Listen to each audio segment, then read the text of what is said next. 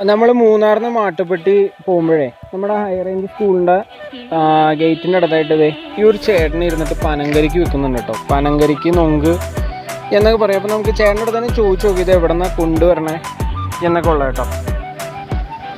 ചേട്ടാ எப்படி இருக்கீங்க? நல்லா இருக்குப்பா. உங்கள் பேர் என்ன?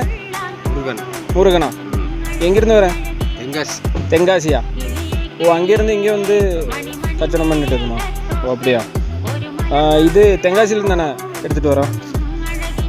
ചേട്ടൻ പറയണേ ചേട്ടൻ തെങ്കാശിന്ന് പറഞ്ഞാ കേട്ടോ. ഇങ്ങ എത്ര നാളായിട്ട് ഇരിക്കീങ്ക? ഇങ്ങ இப்போ 5 வருஷம் 6 மாசமா? 5 வருஷமா? மழை டேத்துக்கு அங்கே தமிழ்நாட்டுக்கு. அப்படியா?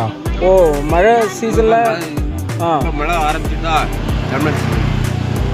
ചേട്ടൻ പറയണെന്ന് വെച്ച് കഴിഞ്ഞാൽ 5 വർഷമായിട്ട് ചേട്ടൻ ഇവിടെ സ്ഥിരമായിട്ട് വിൽക്കുന്നുണ്ട്. അപ്പം മഴ വരുമ്പോൾ കച്ചവടം മോശമായിരിക്കും. അപ്പോൾ അതുകൊണ്ട് തെങ്കാശിക്ക് ചിരിച്ചു പോകുന്ന പറയണേ.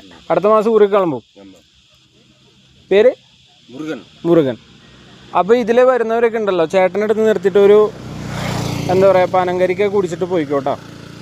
ഹൈ റേഞ്ച് സ്കൂളിൻ്റെ ഗേറ്റിൻ്റെ അടുത്താണ് ചേട്ടൻ്റെ ഈ കട വരുന്നത് കേട്ടോ.